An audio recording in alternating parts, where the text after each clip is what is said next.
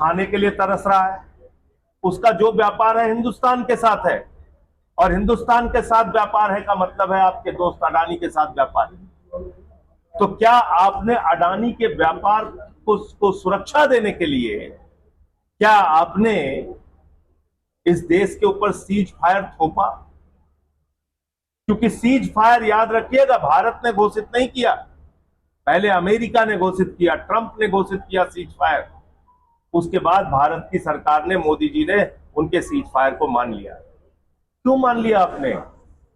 प्रधानमंत्री ने राष्ट्र के संबोधन में कहा, पाकिस्तान के लोगों ने कहा आगे आतंकी दुस्साहस नहीं दिखाएंगे, सैन्य दुस्साहस नहीं दिखाएंगे, और हम मान गए। हमारे प्रधानमंत्री जी जब हमारी बहनों के सिंदूर उजाड़े जा रहे थे, वो भी तो आतंकवादियों से हाथ जोड़ रही थी। उनकी बात तो पाकिस्तान के आतंकवादियों ने नहीं मानी, और आप पाकिस्तान की बात मान गए। वो पाकिस्तान जो आतंकवादियों का संरक्षक है, वो पाकिस्तान जहां हाफिज सईद, अजहर मसूद, लश्कर तैयबा जैसे तमाम संगठनों के गढ़ हैं, वो पाकिस्तान जो पूरी दुनिया में आतंकवाद फैलाता है, जिसने अमेरिका तक में हजारों लोगों को मारा और बाद में ओसामा बिन लादेन वहां पे पकड़ा गया, मारा गया। तो आप उस पाकिस्तान के ऊपर भरोसा कर रहे हैं। और कहां है वो 4 आतंकवादी जिन्होंने हमारे बहनों के सिंदूर उजाड़े और जिनके लिए ऑपरेशन सिंदूर आपने चलाया? तो ये सीज फायर की घोषणा भारत के स्वाभिमान, भारत के सम्मान के साथ नरेंद्र मोदी का एक धोखा है। और इसलिए पीओके वापस लो का जो नारा हमारा रहा है इस देश के एक एक हिंदुस्तानी का, उस नारे के साथ आम आदमी पार्टी मजबूती के साथ खड़ी है। हम उत्तर प्रदेश में भी इसको लेके अभियान चलाएंगे। पूरे यूपी के अंदर आम आदमी पार्टी जिला पंचायत के और पंचायत के चुनाव में मजबूती के साथ हिस्सा लेगी, और उसके बाद हम आगे की रणनीति के बारे में, आगे के चुनाव में क्या करना है वो। क्या अकेले लड़ेंगे जिला पंचायत का भी चुनाव?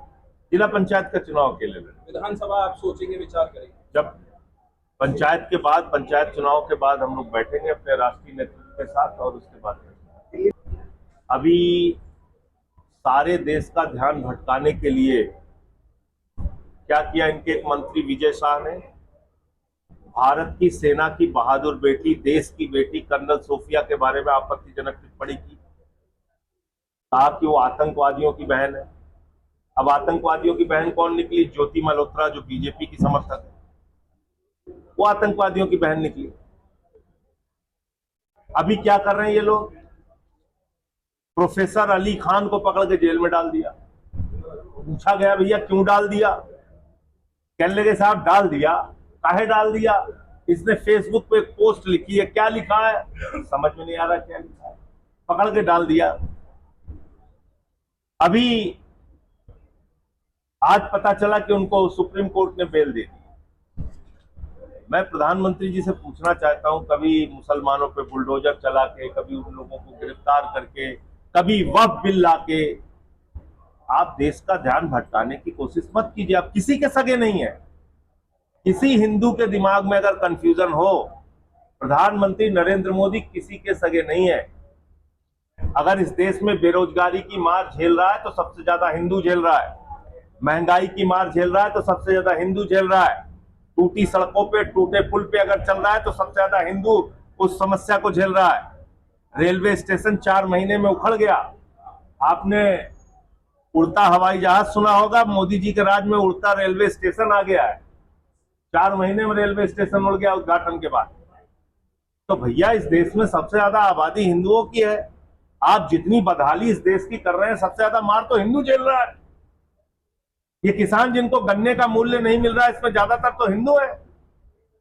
तो मुसलमानों को ठीक करने के नाम पे, बुलडोजर चलाने के नाम पे, वक्फ का कानून लाके उनके जमीन पे कब्जा करने के नाम पे आप नुकसान तो बड़े आबादी का कर रहे हैं ना, देश का कर रहे हैं। और ये सब अब ड्रामे बंद कीजिए।